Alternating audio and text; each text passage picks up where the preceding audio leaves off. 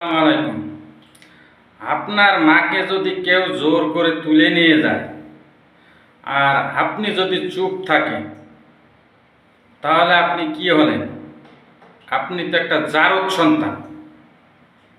কথাটা কেন বললাম? একটা দেশকে তার মাতৃভূমি বলা হয়, তার মায়ের সাথে তুলনা করা হয় একটা দেশকে। এটা আপনারা সবাই জানেন। মাতৃভাষাকে মাতৃভাষা কাকে বলে? ওই দেশের রাষ্ট্রীয় ভাষা, যে মায়ের কাছ থেকে যে ভাষা আমরা শিখি সেটাকে মাতৃভাষা বলে। রাষ্ট্রটাও ঠিক এরকমই, মাতৃভূমি বলে, যে ভূমিতে আমার জন্ম হয়। আর এই দেশটা কেউ যদি দখল দিয়ে নিতে চায় আর যে কথা বলে না, সে তো একটা জারদ সন্তান।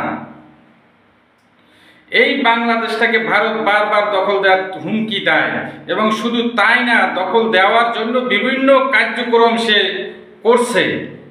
তারপরেও এই দেশে কিছু জারদ সন্তান তাদের বিরুদ্ধে কথা বলে না।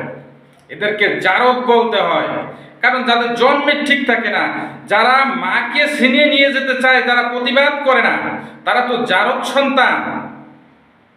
তারা তো প্রতিবাদ করেই না, উল্টো তাদের অবৈধ পিতার গোলামি করে। তাহলে এই জারদ সন্তানদের কি এই দেশে থাকতে দেওয়া যায়? আপনারা বলেন, এই কুলঙ্গার সন্তানদেরকে এই দেশে থাকতে দেওয়া যায়?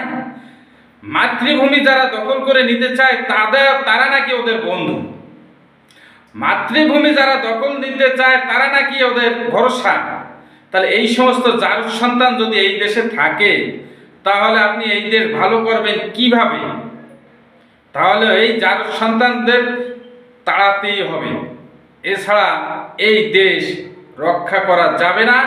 এই জন্য এই দেশের 18 কোটি মানুষকে জেগে উঠতে হবে, এই অবৈধ সন্তানদের এই দেশ থেকে তাড়াতে হবে। ধন্যবাদ।